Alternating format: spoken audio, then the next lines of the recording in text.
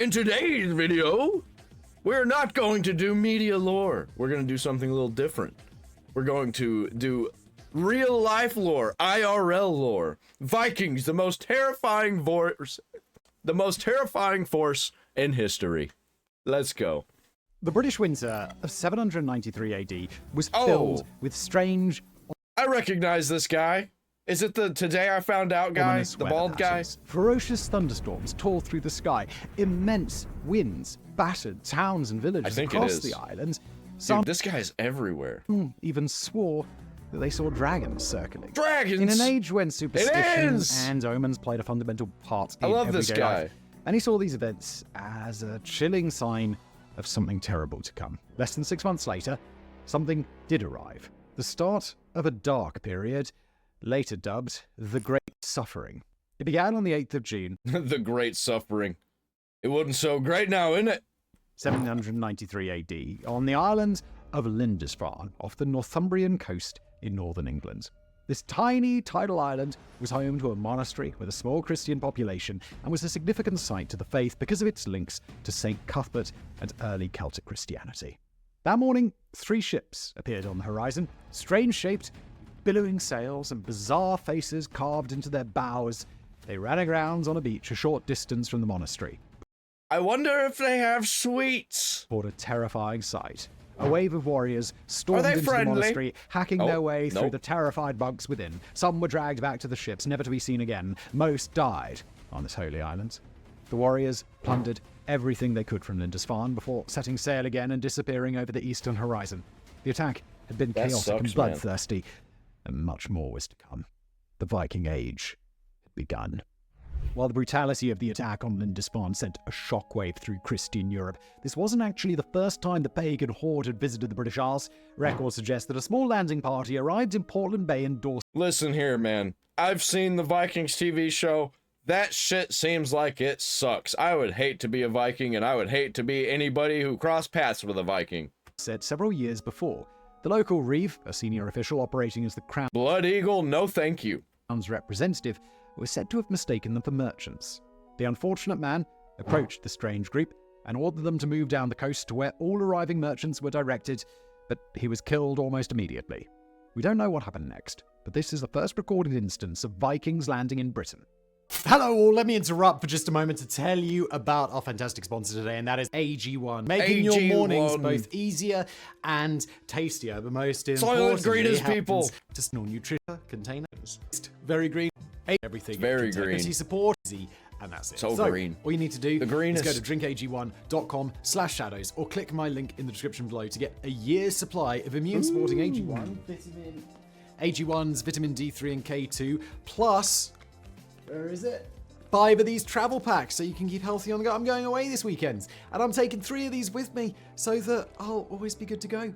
Easy. Brilliant. Thank you, AG1, for supporting this video, for making all of my mornings tasty and healthy. And now, British people, am I right? Today's video. So, why did the Vikings pour out of Scandinavia in practically every direction with such devastating effect? Well, this is actually a point where historians aren't entirely sure. The Vikings left little in the way of recorded evidence, and much of what we know about them is based on what was said by their enemies often many years later. One theory is pretty obvious, and has often fueled expansion throughout history.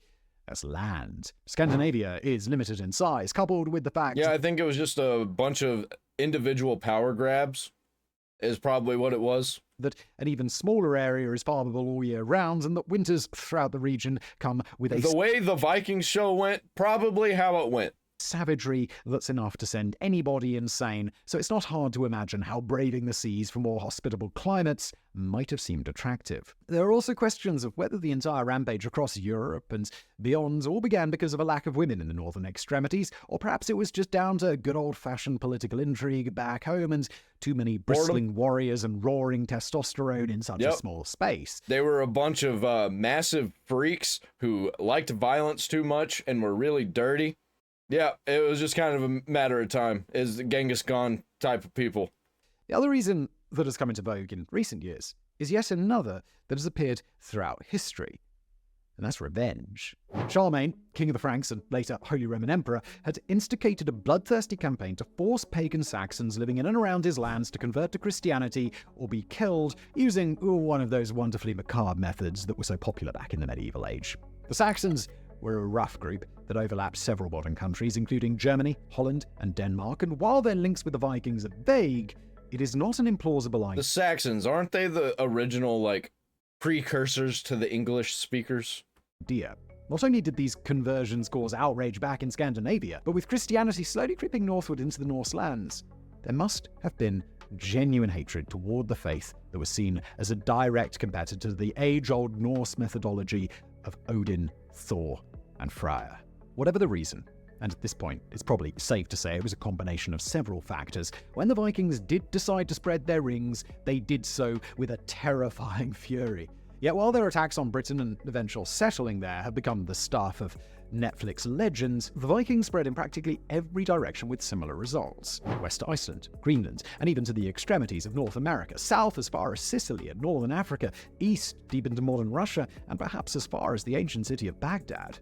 The Vikings brought with them absolute terror. Nothing like this had ever been seen, certainly not since the wild days of the pre-Roman era more than 800 years previous. Their ferocity was unmatched, and they cut through unprepared populations with horrifying ease. Yeah, and they wanted to die. They wanted to die with honor. That's fucking terrifying. And yet, as we've already mentioned, they left very little in terms of concrete evidence. The Viking Age lasted less than 300 years, but it's not as if they were defeated in some grand battle and pushed back to Scandinavia. Wherever they went, they integrated with the local cultures, making them one of the most widely travelled ethnic groups in the region. The events on Lindisfarne in 793 AD were an eerie harbinger of what was... Yeah, usually whenever problems like this go away, it's because a different, crazier problem arose and just didn't allow for these problems to occur anymore. To come for Britain and Ireland over the next century. The viciousness of the assault, especially on such a holy site, spread quickly throughout the land, and the following year, when Vikings attacked the wealthy monastery of Jarrow in Northumbria, they were met with firmer resistance. So much so that their leader was killed, and while many escaped, they were later caught and killed after their boats beached near Tynemouth. The calamitous raiding results shook the Vikings, and it would be 40 years until they attacked England again. In the meantime, they turned their fury on Scotland and Ireland. The first recorded attack on Scottish territory was the monastery at Iona in 794 AD. The community recovered, but was reputedly sacked over the coming decades and eventually abandoned. Viking boats began attacking the Irish coast in 795 AD. Again, mostly monastic settlements of relative wealth. These attacks increased and gradually spread inland over the coming decades. By 840 AD, the Vikings were overwintering in fortified settlements and raiding throughout the Emerald Isle. In 853 AD, Viking leader Armlaib, also known as Olaf, became the first king of Dublin. During this period, the English no doubt thought that they'd managed to drive off the heathen barbarians once and for all, but in 865 AD, a vast armada appeared off the coast of East Anglia. This patchwork of Viking groups came to be known as the Great Heathen Army and acted as a great wrecking ball that tore England apart. This formidable force was an amalgamation of Viking warriors from Denmark, Norway, and Sweden, unified under the banner of conquest. Their arrival marked a stark shift in the Viking approach to England, from sporadic raids to a full-scale invasion intending to conquer and settle. With its fertile lands and relative wealth, England presented an ideal target. Additionally, the political landscape at the time... Yeah, I think a lot of it was just like Vikings see something, they're like, oh, that looks cool, let's go take it. And fragmented into the four smaller kingdoms of Northumbria, Mercia, East Anglia, and Wessex, made it vulnerable. It's like, kind of like gang culture today, the modern day gang culture. It's the same kind of mindset, I think. Vulnerable to external threats. The Great Heathen Army like terrorist was led by groups, notable all Viking that, it's the chieftains, same including kind of shit. the legendary sons of Ragnar Lothbrok, Ivar the Boneless, Halfdan Ragnarsson, and Ube.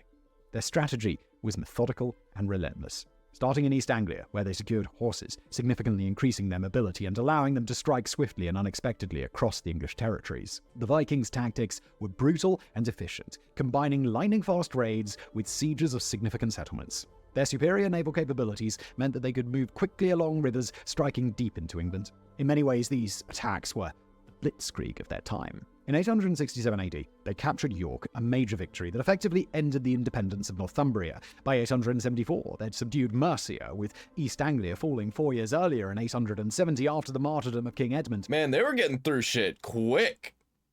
Under King Alfred the Great, Wessex remained the last major stronghold against the Vikings, and it too came mighty close to falling. When the English eventually managed to push them back, the attack of the Great Heathen Army led to extensive social, cultural, and political changes. The Vikings settled in large numbers, influencing local customs, language, and law. This period of history also set the stage for the eventual unification of England under a single monarch, which was a response to the Viking threat. While England represented a sizable and wealthy fruit ripe for the picking, the Vikings knew that even greater riches lay further south. Raids on the Frankish Empire began in the 9th century, and like England to the north, caused havoc and led to long-term social and political changes. One of the earliest significant Viking raids on the Frankish Empire occurred in 799 AD near the island of Noirmoutier by the Loire River. This raid was a precursor to more audacious assaults in the following decades. The Vikings exploited the internal divisions and weaknesses of the Frankish Empire, which, after the death... They just love doing that exploiting. ...of Charlemagne in 814, was mired in civil wars among his heirs. Utilizing the element of surprise, they attacked monasteries, towns, even cities, looting treasures and causing... Dude, attacking cities is actually a crazy one, because there's way more people in the cities than there are these Vikings, and they still go through and ravage everything. Mass destruction. As in Britain, monasteries, richly endowed with wealth but poorly defended, were particularly attractive targets. The Abbey of St. Philibert... Yeah, probably because they're really big, beautiful buildings. Noirmoutier was attacked repeatedly, and in 863 AD, the monks decided to move their religious site once and for all. The Viking raids intensified in the mid-9th century. In 845 AD, Viking chieftain Ragnar Lothbrok famously sent a fleet of 120 ships up the Seine River, eventually reaching and besieging Paris. The siege was lifted only after Charles the Bald, the Frankish king, paid an enormous ransom, a practice that became increasingly common as a means to buy off the Vikings. Despite these payments, the raids continued with increasing frequency and ferocity. In 851 AD, Vikings overwintered for the... You cannot negotiate with terrorists. These people not ever learn. Had they not ever heard that? Well, I guess they didn't back then. Do not negotiate with Vikings. First time on the lower Seine, indicating a shift from raiding to more permanent settlements. This practice of overwintering allowed them to launch more extended campaigns and exert greater influence across the region. The Frankish response to these invasions was initially disorganized and ineffective, hampered by internal strife and a lack of strong centralized authority. However, as the Viking threat grew, efforts to counter them became more concerted. Fortifications were built along rivers, fleets were organized to combat Viking ships, and land forces were mobilized more effectively. The development of fortified bridges and towns, such as the fortified bridge at Petra, was crucial in limiting Viking movement on the rivers. By the late 9th century... That was some Assassin's Creed shit right there. The Vikings had established several bases in the Frankish territory, most notably in Normandy, which was granted to the Viking leader Rollo by Charles the Simple in the Treaty of Saint-Clair-sur-Epte in 911 AD. This grant was a strategic move by the Frankish king to use the Vikings as a buffer against further invasions. The settlement of Vikings in Normandy marked the beginning of their integration into Frankish society and the eventual assimilation of their culture. The Viking raids on the Frankish Empire had significant long-term effects. They highlighted the vulnerabilities of the Carolingian Empire and contributed significantly to its fragmentation. The raids also led to dramatic changes in European military tactics and fortifications, with an increased emphasis on naval power and coastal defense. The Viking expansion into Iceland and Greenland during the late 9th and 10th centuries marked a significant chapter in the history of Norse exploration. Driven by a combination of political strife, overpopulation, and the allure of new lands, these Norse voyages led to the discovery and settlement of remote territories in the North Atlantic. Iceland's discovery is traditionally attributed to Norse chieftains fleeing the unification policies of King Harald Fairhair of Norway. Among the first settlers was Ingolfur Arnason, who, according to Icelandic sagas, established... Yeah, I thought Floki was the guy who discovered Iceland. ...established a homestead in present-day Reykjavik around... I didn't actually think that. That's just the only guy that I knew went to Iceland. ...in 74 AD. The discovery of Iceland was not due to complete chance, but rather a conscious decision by Norse sailors and explorers who had long heard of mysterious lands to the west from earlier scouting voyages. The settlement process in Iceland was relatively peaceful, mainly because the island was uninhabited. The Norse brought their own governance structures, eventually establishing the Althing in 930 AD. One of the Althing? Is that like the Allspark? ...world's oldest parliaments. This period, known as the Icelandic Commonwealth or the Saga Age, was marked by a flourishing culture and the creation of the famous Icelandic sagas. Greenland's discovery is credited Icelandic ocean blue? Without the Vikings, we wouldn't have Icelandic ocean blue. Anybody remember that? It's from Adult Swim. Check it out. to Eric the Red, who sailed westward and landed on Greenland Eric the around Red? 982 AD I know about after that being guy. exiled from Iceland for murdering his neighbor. He names the Isn't he before the Viking guy from SpongeBob? Hanga-dinga-durgan. land Groenland, or Greenland, perhaps to attract settlers with promise of fertile pastures. In 986 AD, Eric returned to Greenland with a fleet of ships carrying settlers. Two main colonies were established, the Eastern Settlement and the Western Settlement. Who's the Hanga-dinga-durgan Life in guy? Greenland was challenging due to the harsh climate and limited resources. The Norse settlers relied on a combination of farming, hunting, and trade, particularly of walrus ivory with Europe. Despite these challenges, the Norse communities in Greenland survived for several centuries, with the last written records dating back to the 15th century. What happened next remains a mystery to this day. While there have been many theories about what happened to the Greenland Vikings and why they completely vanished, including sea level rise, drought, I think they just turned into some other people, probably. a cooling climate, disease, environmental degradation, conflicts with the Inuit, and economic disruption, no one knows how or why this thread of the Viking story suddenly disappears. The further west they went, the less we know about Viking exploration. Yeah, and then we just don't have Vikings today. What happened? They just kind of were taken over by other people, I guess. Other people took their spot. They oversaturated themselves and they spread out too far and got too disconnected, I think is probably what happened. And they just all just one by one died off, wandered off, you know. They weren't very smart people. But in 1960, evidence was found of a Viking settlement in La Alse aux Meadows in Newfoundland, Canada. This 11th century settlement predates any other European visit to North America by centuries, but sadly, we have no idea how extensive their spread onto the continent was. Now, the stories that we've looked at so far have become the cornerstone of the Viking story, but their adventures south and east are far less told. In 859 AD, it's believed Viking raiding parties began striking across the Iberian Peninsula and even into northern Africa. The Book of Roads and Kingdoms in 11th Leif Erikson. That was it. Leif Erikson. Is he before or after Eric the Red? century geography text by Abu Abdullah al-Bakri describes the I think he'd be after. I think he's literally the son of Eric the Red. Vikings as Marjus, a term for heathens and fire worshippers. Eric's son. There's little direct evidence of this apart from a few African texts, although researchers in Morocco have recently found the remains of mice that appear to have originated from Scandinavia, perhaps stowaways on Viking ships. We do know that their voyages led them deep into the heart of Europe and even Asia, culminating in profound interactions with various cultures, most notably the establishment of the Rus Khaganate. The eastern voyages of the Vikings, or Varangians as they were known in Eastern Europe, were primarily driven by the lure of lucrative trade routes. Learning new things every day. I wouldn't have ever known that if I wouldn't have clicked on the Vikings video.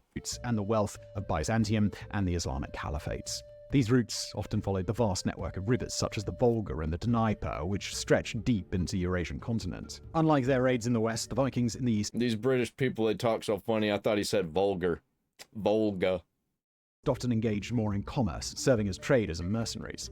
A pivotal moment in the Viking eastern expansion was the establishment of the Rus Khaganate. The traditional accounts, as recorded in the Russian Primary Chronicle, suggests that the Slavic and Finnic tribes There's a whole lot of Rus. Does that have anything to do with it being in Russia?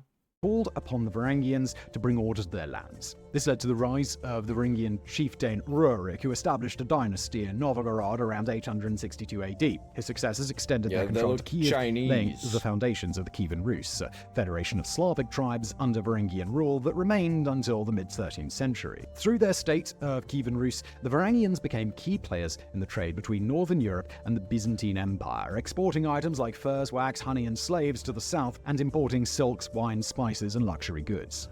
This eastward expansion also facilitated cultural exchanges. The Varangians adopted elements of Slavic language and culture, while their own Norse culture influenced the people that they governed, most notably the introduction of Christianity to the region. The conversion of Vladimir the Great in 988 AD led to the Christianization of the Kievan Rus, aligning it more closely with Byzantine and European cultures. In addition to their roles as traders and rulers, what you're telling me is that Christianity killed the Vikings.